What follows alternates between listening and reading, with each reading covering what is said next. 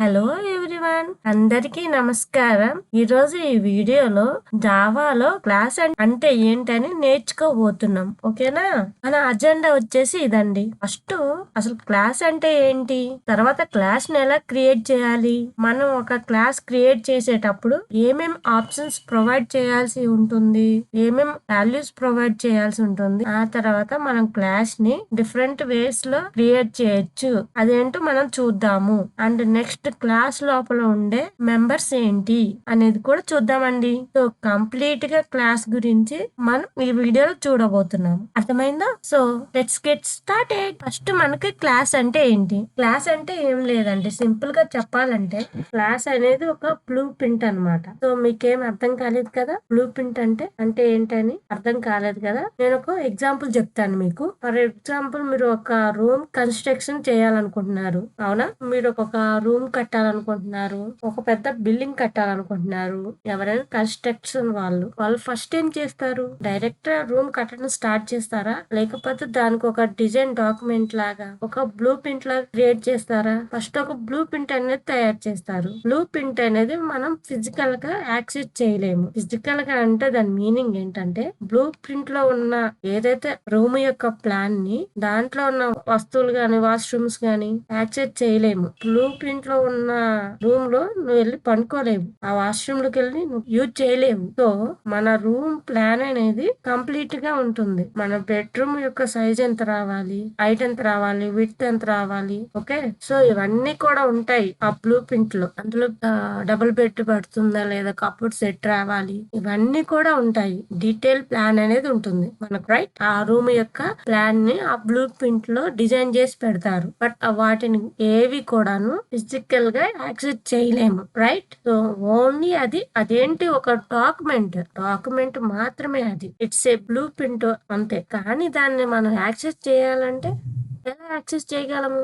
ఏదైతే ఆ plan prepare చేశామో ఆ ప్లాన్ కి రియల్ వరల్డ్ లో స్పేస్ ఆక్యుపై చేసి అసలైన కన్స్ట్రక్షన్ చేస్తేనే దాంట్లో ఉన్న రూమ్ ని అవన్నీ నువ్వు యాక్సెస్ చేయగలుగుతావు, రైట్? ఒక పేపర్ మీద నేను 100 స్క్వేర్ ఫీట్స్ తో ఒక రూమ్ అనేది డిజైన్ చేస్తాను. ఆ 100 స్క్వేర్ ఫీట్ యొక్క ప్లేస్ ఏదైతే ఉందో అది మనం భూమి మీద అలొకేట్ చేసి కన్స్ట్రక్షన్ చేస్తేనే అప్పుడు ఫిజికల్ వాటన్నిటిని యాక్సెస్ చేయగలుగుతాము, అవునా? సో ఈ ప్లాన్ ఎందుకు మనకంటే, ఈ కన్స్ట్రక్షన్ చేయడానికి ముందు మన ప్లాన్ అనేది కంపల్సరీగా కావాలి. వై? బికాస్ మనం ఏమైనా చూడాలి, మనం ఫస్ట్ డాక్యుమెంట్ చేసుకోవాలి కదా ప్రతి ఒక్కటి కూడాను. అంటే ఇది ఇలా రావాలి, ఇది ఇలా రావాలి అని, ఈ ప్లాన్ లో ఇది ఇంత ఉండాలని పర్ఫెక్ట్లీ మనం డాక్యుమెంటేషన్ చేసుకోవాలి. సో ఎవ్రీథింగ్ డాక్యుమెంట్ చేసుకున్న తర్వాతనే మనం కన్స్ట్రక్షన్ కి ముందుకు వెళ్తాం. డాక్యుమెంట్ అనేది చేయకుండా మనం ముందుకు ఎక్కడికి వెళ్ళాం, అవునా? ఒక రూమ్ ప్లాన్ అయినా, లేక హౌస్ ప్లాన్ అయినా, బైక్ యొక్క మ్యానుఫ్యాక్చర్ అయినా, ఏదైనా సరే అండి, ఒక బైక్ కూడా, కారు కూడా డిజైన్ అనేది ఉంటుంది. దాన్ని బ్లూ ప్రింట్ అంటారు. సో కారు మ్యానుఫ్యాక్చర్ చేసేటప్పుడు కూడా దానికి ఒక బ్లూ ప్రింట్ అనేది డిజైన్ చేస్తారు. 3D మోడల్ అని డిజైన్ చేస్తారు. దానికి ఎంటైర్ డాక్యుమెంట్ ఉంటుంది, మాన్యువల్ కూడా క్రియేట్ చేస్తారు, అవునా? ప్రతి ఒక్కటి కూడా మనకు డాక్యుమెంట్ అనేది జరుగుతుంది. ఆ డాక్యుమెంట్ జరిగిన తర్వాతే రియల్ గా దాని కన్స్ట్రక్షన్ గాని మ్యానుఫ్యాక్చర్ చేశాక అది రియల్ వరల్డ్ లో ఒక వస్తువులాగా క్రియేట్ అవుతుంది. మనకు హౌస్ అయిన ఒక ఆబ్జెక్టే, లేదా ఒక బైక్ అయినా ఆబ్జెక్టే, ఒక ల్యాప్టాప్ అయినా ఆబ్జెక్టే, అవునా? సో ఇవన్నీ కూడా ఎప్పుడు జరుగుతాయి? వాటిని మ్యానుఫ్యాక్చర్ చేసినప్పుడు, లేదా వాటిని కన్స్ట్రక్షన్ చేసినప్పుడు రియల్ వరల్డ్ లో వాటిని మనం ఒక ఆబ్జెక్ట్ లాగా యాక్సెప్ట్ చేయగలుగుతాం. అప్పటి వరకు ఇది ఒక బ్లూ ప్రింట్ మాత్రమే, రైట్? అదే విధంగా మనం జావాలో కూడాను ఇలా రాయాలి అనుకుంటే, ఏదైనా లాజిక్ ఎగ్జిక్యూట్ చేయాలనుకున్నా, ఏదైనా ఇన్సెట్ చేయాలనుకున్నా డేటా గాని, ఫస్ట్ ఒక డాక్యుమెంట్ లో రాయాలన్నమాట. అర్థమైందా? ఒక డాక్యుమెంట్ లాగా నువ్వు అదంతా కూడాను ఇన్ఫర్మేషన్ ప్రిపేర్ చేయాలి. నువ్వు ఏమేమి యాక్షన్స్ పర్ఫామ్ చేయాలనుకుంటున్నావు, ఆ యాక్షన్ ఎలా పర్ఫామ్ చేయాలనుకుంటున్నావు, ఏ ఇన్ఫర్మేషన్ స్టోర్ చేయాలనుకుంటున్నావు, ఏంటి, ప్రతి ఒక్కటి కూడాను నువ్వు డాక్యుమెంట్ లో రాయాలి. ఆ డాక్యుమెంట్ ని మనం ఇక్కడ, ఆ డాక్యుమెంట్ లేదా ఆ బ్లూ ప్రింట్ ని ఇక్కడ మనం క్లాస్ అంటున్నాం. అర్థమైందా? ఇప్పుడు class is a blue print. Real గా చెప్పాలంటే క్లాస్ అనేది blue print in which the entire information of the class will be present. Entire information of the class అంటే ఏంటి? అసలు క్లాస్ లో ఏముంటాయండి? క్లాస్ లో మనకు 2 మెంబర్స్ ఉంటాయండి. ఒకటి వచ్చేసి వేరియబుల్స్, ఇంకొకటి వచ్చేసి మెథడ్స్. సో ఎవ్రీ క్లాస్ లో ఇప్పుడు మనం ఎక్లిప్స్ ఓపెన్ చేసుకుందామండి. మీకు ఎక్స్ప్లెయిన్ చేస్తాను ఎలా చేయాలనేది. ఆల్రెడీ ప్రీవియస్ వీడియోలో క్లాస్ అనేది క్రియేట్ చేసాం కదా, దాన్ని ఓపెన్ చేద్దాము. ఇక్కడ చూస్తే ఇది క్లాస్ బేసిక్. మనం ఏదైతే క్లాస్ అనే దాంతో నొటేషన్ చేస్తున్నామో ఇది క్లాస్. ప్రతి క్లాస్ కూడాను నేమ్ అనేది కంపల్సరీగా ఉండాలి. ఎందుకంటే రియల్ వరల్డ్ లో ఏదైనా సరే ఒక ఐడి కానీ నేమ్ కానీ ఏదో ఒకటి ఉంటుంది. లేకుండా నువ్వు ఎలా ఐడెంటిఫై చేస్తావు దాన్ని? ఫర్ ఎగ్జాంపుల్ కార్ తీసుకోండి. కార్ కి ఏముంటుంది? ఒక నెంబర్ అనేది ఉంటుంది. అవునా? బయటికి వెళ్ళి నువ్వు రేసింగ్ చేసినా, నువ్వు టాపిక్ వైలేషన్ చేసినా, ఏం చేసినా నీకు ఆ కార్ యొక్క నంబర్ బేస్ చేసుకునే కదా చలానాన్ని పంపిస్తారు. అంటే ఆ కార్ ని ఐడెంటిఫై చేయడానికి దానికి ఒక నెంబర్ అనేది ఇస్తున్నారు. అవునా? సో అలా మనం ఎక్కడికి వెళ్ళినా ఐడెంటిఫికేషన్ అనేది కంపల్సరీగా కావాలి. అది పర్సన్ అయినా ఆబ్జెక్ట్ అయినా ఏదైనా సరే మనం ఒక ఐడెంటిఫికేషన్ తోనే దాన్ని మనం కాల్ చేయగలుగుతాం.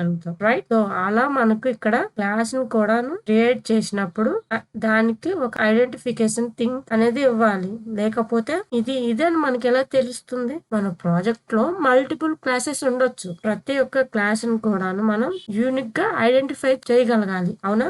యూనిక్ గా ఐడెంటిఫై చేయాలంటే దానికి ఒక ఐడెంటిఫికేషన్ పారామీటర్స్ అనేది ఉండాలి. అది ఇక్కడ మనకు క్లాస్ నేమ్. ప్రతి ఒక్క క్లాస్ కూడా ఒక నేమ్ అనేది అలొకేట్ చేస్తాము. ఫ్యూచర్ లో మనం ఈ క్లాస్ ని ఎప్పుడైనా వాడుకోవాలంటే ఈ నేమ్ యూజ్ చేసుకొని ఈ క్లాస్ మొత్తాన్ని వాడుకోవచ్చు అనమాట. క్లియర్? క్లాస్ కి కంపల్సరీగా నేమ్ అనేది ఉండాలి. సింటాక్స్ అంటే ఏంటి? ఫస్ట్ మనం క్లాస్ అనేది క్రియేట్ చేస్తాము. క్లాస్ కి ఒక నేమ్ ఇస్తాము. ఆ తర్వాత క్లాస్ లోపల ఏముందో చూద్దాము. ఓకేనా? ఇక్కడ మీరు క్లాస్ లోపల ఏం చూస్తున్నారు? క్లాస్ లోపల మనకు ఒక మెథడ్ ఉంది. అవునా? మనం ఏదైనా ఒక లాజిక్ ఎగ్జిక్యూట్ చేయాలనుకుంటే మనం మెథడ్ యూజ్ చేసుకోవాలని చెప్పాను నేను. ఆ మెథడ్ కి మెయిన్ అనే నేమ్ ఇచ్చి స్టాటిక్ అనే కీవర్డ్ ఇస్తేనే మనం జావాలో ప్రోగ్రామ్ ఎగ్జిక్యూట్ చేయగలుగుతాం. వేరే ఇంకే మెథడ్ అయినా మనం ఎగ్జిక్యూట్ చేయలేము. మీరు కావాలంటే చూడండి, ఇక్కడ ఇప్పుడు మెయిన్ అనే మెథడ్ ఇచ్చినా గానీ స్టాటిక్ అనేది పెట్టకపోతే ఇక్కడ ఎగ్జిక్యూట్ చేస్తాను చూడండి. ఇక్కడ చూసారు కదా, ఇక్కడ రైట్ క్లిక్ ఇచ్చి చూడండి, ఇక్కడ రన్ యాజ్ లో నాకు జావా అప్లికేషన్ చూపిస్తుందా? చూపించదు. ఓకేనా? ఒకవేళ నేను స్టాటిక్ అని పెట్టి ఇక్కడ మెయిన్ కాకుండా ఇంకేమైనా పెట్టాను వైజెడ్. సో ఇప్పుడు రైట్ క్లిక్ ఇచ్చేసి అప్లికేషన్ చూపిస్తుంది, ఇక్కడ చూపించటం లేదు. అంటే మనకు కంపల్సరీగా ఇలా పబ్లిక్ స్టాటిక్ వైడ్ మెయిన్ అని ఉండి ఈ ఆర్గ్యుమెంట్స్ ఇలా ఉంటేనే మనకు జావాలో ప్రోగ్రామ్ ని ఎగ్జిక్యూట్ చేయడానికి కంపైలర్ అలౌ చేస్తుంది. అవునా? జావా జేవిఎం అనేది మనకు అలౌ చేస్తుంది, లేకపోతే అలౌ చేయదు అనమాట. ఫైన్. ఇలా కాకుండా మెయిన్ మెథడ్ అనేది క్లాస్ లో ఒకటి ఉంటుంది మనకు. అలా కాకుండా మనకు ఒక క్లాస్ లో మనం ఎన్ని మెథడ్స్ అయినా కూడా క్రియేట్ చేసుకోవచ్చు. n నెంబర్ ఆఫ్ మెథడ్స్ ని క్రియేట్ చేసుకోవచ్చు. అండ్ అదే విధంగా వేరియబుల్స్ ని కూడా క్రియేట్ చేయొచ్చు. అసలు వేరియబుల్స్ అంటే ఏంటి? అసలు వేరియబుల్స్ అంటే ఏంటంటే నువ్వు ఏదైనా ఒక ఇన్ఫర్మేషన్ స్టోర్ చేసుకోవాలనుకుంటే నువ్వు వేరియబుల్ అనేది క్రియేట్ చేస్తావు. ఇన్ఫర్మేషన్ స్టోర్ చేసుకోవటం, ఏమన్నా రిఫరెన్స్ చేయాలనుకున్నప్పుడు. సో ఒక చిన్న ఎగ్జాంపుల్ చెప్తాను చూడండి మీకు. ఇందాక మనం ఏమనుకున్నాము? కార్ లేదా బైక్ అనుకున్నాం. ఇప్పుడు కార్ గన్ బైక్ అని ఇవన్నీ ఏంటి? రియల్ వరల్డ్ లో ఉన్న ఆబ్జెక్ట్స్. అవునా? మనకు జావా ఏంటి? Object oriented programming language. జావాలో కూడాను ప్రతి ఒక్క దాన్ని మనం ఆబ్జెక్ట్ లాగే ట్రీట్ చేస్తాం. సో రియల్ ఆబ్జెక్ట్స్ ఏమైతే ఉన్నాయో మనం జావాలో క్రియేట్ చేయబోయే ఆబ్జెక్ట్స్ కూడాను అలానే ఉంటాయి కదా. మనం రియల్ వరల్డ్ ఆబ్జెక్ట్స్ గా ఏముంటాయి? బైక్ తీసుకున్నారనుకోండి, బైక్ కొన్ని పారామీటర్స్ ఉంటాయి, వేరియబుల్స్, ప్రాపర్టీస్ అండ్ యాక్షన్స్ అనే 2 ఉంటాయి. అవునా? ప్రాపర్టీస్ అనేది ఏంటి? బైక్ యొక్క కలర్ ఏంటి, బైక్ యొక్క మోడల్ నెంబర్ ఎంత, మైలేజ్ ఎంత ఇస్తుంది, అవునా, దాని సిసి ఎంత, ఇలా మనకు కొన్ని ప్రాపర్టీస్ ఉంటాయి. సో అదే విధంగా ఫర్ ఎగ్జాంపుల్ యాక్షన్ తీసుకుంటే యాక్షన్స్ ఏముంటాయి? బైక్ కి స్టార్ట్ చేయటము. స్టార్టింగ్ అనేది అదొక ప్రాసెస్ కదా, అది ప్రాపర్టీ కాదండి. యాక్షన్ పర్ఫామ్ అవుతుంది. స్టార్ట్ అనేది చేయగానే బైక్ స్టార్ట్ అవుతుంది. ఆ తర్వాత డ్రైవ్ చేస్తుంటావు నువ్వు. ఓకేనా? సో నెక్స్ట్ ఏంటి? మనకు నెక్స్ట్ ఏంటి మనకు బ్రేక్ అప్లై చేయటము, ఆనర్ ప్రెస్ చేయటము, ఇవన్నీ కూడాను మనకు యాక్షన్స్. ఒక బైక్ మీద మనం పర్ఫామ్ చేయబడే యాక్షన్స్, రైట్. సో మనకు properties and actions real world లో ఏ ఆబ్జెక్ట్ కైనా ఇవి ఉంటాయి. మనం కార్ తీసుకున్న, రూమ్ తీసుకున్న, ఒక డాగ్, ఎలిఫెంట్ ఇలా ఏది తీసుకున్నా యాక్షన్స్ అనేది ఉంటాయి. ఫర్ ఎగ్జాంపుల్ క్యాట్ తీసుకోండి. క్యాట్ కి ఏముంటాయి? క్యాట్ యొక్క బ్రీడ్ ఏంటి, క్యాట్ యొక్క కలర్ ఏంటి, అవునా? దాన్ని యూజువల్ గా నేచర్ ఏంటి, కూల్ నేచరా, అగ్రెసివ్ నేచరా ఏంటి, రైట్. అదే విధంగా క్యాట్ కి ఏముంటాయి? క్యాట్ యొక్క హైట్. నెక్స్ట్ మనకి యాక్షన్స్ అంటే ఏమొస్తాయి? నిద్రపోతుంది, పరిగెత్తుంది, క్యాచ్ పట్టుకుంటుంది, అన్ని కూడా క్యాచ్ చేసే యాక్షన్స్ అన్నమాట. అలా మనకు రియల్ వరల్డ్ ఏది తీసుకున్నా సరే కంపల్సరీగా ప్రాపర్టీస్, యాక్షన్స్ అనేది ఉంటాయి. ఇక్కడ మనకు ప్రోగ్రామింగ్ లాంగ్వేజ్ లో వచ్చేసరికి యాక్షన్స్ అనేది ఏంటంటే ఫంక్షన్స్ లేదా మెథడ్స్ అన్నమాట. జావాలో అయితే మెథడ్స్ అంటామండి, వేరే ప్రోగ్రామింగ్ లాంగ్వేజ్ లో అయితే వాటిని ఫంక్షన్స్ అంటాము. బేసిక్ గా అర్థమైందా? ఇక్కడ జావాలో మనం మెథడ్స్ అంటాము. మెథడ్స్ కాకుండా అంటే యాక్షన్స్ కాకుండా ఇంకోటి ఏముంది? ప్రాపర్టీస్ ఉంది. అంటే ఫర్ ఎగ్జాంపుల్ క్యాట్ తీసుకుంటే క్యాట్ యొక్క క్యాట్ కలర్ ఉంది కదా, ఆ కలర్ ని తీసుకొని, వాల్యూని తీసుకొని వేరియబుల్ లో స్టోర్ చేసుకుంటావు. కలర్ వాల్యూ అంటే క్యాట్ కలర్ అని పెట్టి ఈజ్ ఈక్వల్ టు పెట్టి ఇప్పుడు చెప్తాను చూడండి. Cat colour is equal to black.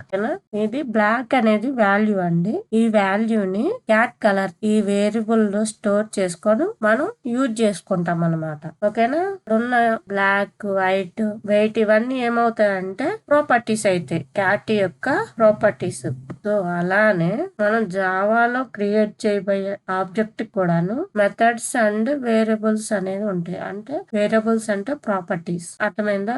Actions అంటే మెథడ్స్ అన్నమాట. క్లియర్? సో అందుకోసమే మన క్లాస్ లోపల ఏముంటాయి? వేరియబుల్స్ ఉంటాయి, అదే విధంగా మెథడ్స్ ఉంటాయి. What are the members of the class అని అడిగితే, ఎవరైనా అడిగితే ఏం చెప్పాలి మనం? Variables and methods are the members of the class అని చెప్పాలి. అవే కదా, ఎందుకంటే అవే కదా మెంబర్స్ క్లాస్ కి. ఏదైనా ఒక క్లాస్ తీసుకుంటే అదే మనకు మెంబర్స్, అర్థమైందా? సో అవి వచ్చేసి క్లాస్ యొక్క మెంబర్స్. సో ఇప్పుడు మీకు క్లాస్ అంటే ఏంది, క్లాస్ లోపల ఏముంటాయి, అర్థమైంది కదా? అర్థమైంది కదా? ఇంకొక విషయం అండి, నేను ఈ వీడియోలో క్లాస్ మీద ఎక్కువ ఫోకస్ చేస్తున్నాను అండ్ ఆబ్జెక్ట్, వేరియబుల్స్, మెథడ్స్ అనే టర్మినాలజీ కూడా వాడతాను. వాటి గురించి బేసిక్ ఇన్ఫర్మేషన్ అనేది చూపిస్తాను ఇక్కడ. బట్ వీటికి సపరేట్ వీడియోస్ మనకు రాబోతున్నాయండి. వేరియబుల్స్ కానీ, మెథడ్స్ కానీ, ఆబ్జెక్ట్స్ కానీ మనకు సపరేట్ వీడియోస్ ఉంటాయి. దాంట్లో నేను ఇన్ డీటెయిల్ గా మాట్లాడతాను వాటి మీద. బట్ ఈ వీడియోలో ఏంటంటే కన్ఫ్యూజ్ అవ్వకుండా ఉండటం కోసం జస్ట్ హై లెవెల్ లో మీకు మెథడ్స్ అంటే ఏంటి, వేరియబుల్స్ అంటే ఏంటి అనేది చూపిస్తున్నాను. సో ఇప్పుడు మీకు క్లాస్ అంటే ఏంటో అర్థమైంది. క్లాస్ అనేది ఏంటి? Blue print. క్లాస్ ఎందుకు కావాలి మనకంటే, మనం ఏదైతే యాక్షన్ పర్ఫామ్ చేయాలనుకుంటున్నామో, ఏదైతే ఇన్ఫర్మేషన్ స్టోర్ చేయాలనుకుంటున్నామో అదంతా ముందే డాక్యుమెంట్ చేసుకోవడానికి మన క్లాస్ అనేది కావాలి. సో ఈ క్లాస్ అనేది మనకు ఉంటేనే మనం జావాలో ఆబ్జెక్ట్ అనేది క్రియేట్ చేయగలుగుతాం. జావా అనేది మనకు ఆబ్జెక్టెడ్ ఓరియంటెడ్ ప్రోగ్రామింగ్ లాంగ్వేజ్ కదా. సో మనం ఆబ్జెక్ట్స్ తోనే జావాలో వర్క్ చేయగలుగుతాం. కానీ ఆబ్జెక్ట్స్ కావాలంటే మనకు కంపల్సరీగా బ్లూ ప్రింట్ అనేది కావాలి. బ్లూ ప్రింట్ అంటే ఏంటంటే క్లాస్ అన్నమాట. అర్థమైంది? ఇప్పుడు మీకు క్లాస్ యొక్క ఇంపార్టెంట్ ఏంటంటే, రైట్. ఇప్పుడు నేను వేరియబుల్స్ చెప్పాను కదా ఇంతకు ముందు, ఈ మెథడ్ కూడా క్రియేట్ చేశాను. ఇప్పుడు నేను ఆబ్జెక్ట్ గురించి చెప్తాను. క్లాస్ ని క్రియేట్ చేసింది ఆబ్జెక్ట్ కోసం కదా. ఇప్పుడు నేను క్లాస్ క్రియేట్ చేయడానికి చాలా ఆప్షన్స్ ఉన్నాయి. ఇంతకు ముందు మనం ప్రాజెక్ట్ ప్యాకేజెస్ ఎలా అయితే క్రియేట్ చేసామో అలానే మనం క్లాస్ కూడా క్రియేట్ చేసుకోవచ్చు. రైట్ క్లిక్ ఇచ్చేసి న్యూలోకి వెళ్ళేసి ఇక్కడ చూసారు కదా క్లాస్ కి నేమ్ పెట్టొచ్చు. ఏదో ఒకటి కార్ అండి, కార్ అని ఇక్కడ టైప్ చేసి ఇక్కడ మెయిన్ మెథడ్ యాడ్ చేసుకోవచ్చు. కావాలంటే యాడ్ చేసుకోండి, వద్దంటే యాడ్ చేసుకోవచ్చు. ఇక్కడ యాడ్ చేసి ఇక్కడ ఫినిష్ ఇచ్చామనుకోండి, కదా కొత్త క్లాస్ అనేది క్రియేట్ అయిపోయింది. ఇలా మనం డిఫరెంట్ ఆప్షన్స్ లో క్లాస్ అనేది కూడా క్రియేట్ చేసుకోవచ్చు అండి. ఓకేనా?